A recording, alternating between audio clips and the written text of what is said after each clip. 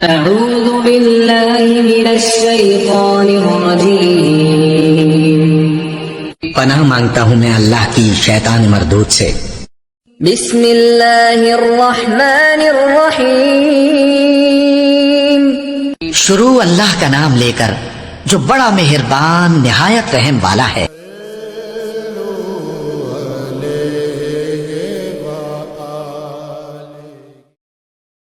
حضرت صلی اللہ علیہ وسلم نے فرمایا، جو کوئی رمضان میں راتوں کو ایمان رکھ کر اور ثواب کے لیے عبادت کرے اس کے اگلے گناہ بخش دیے جاتے ہیں۔ صحیح بخاری حدیث نمبر 37۔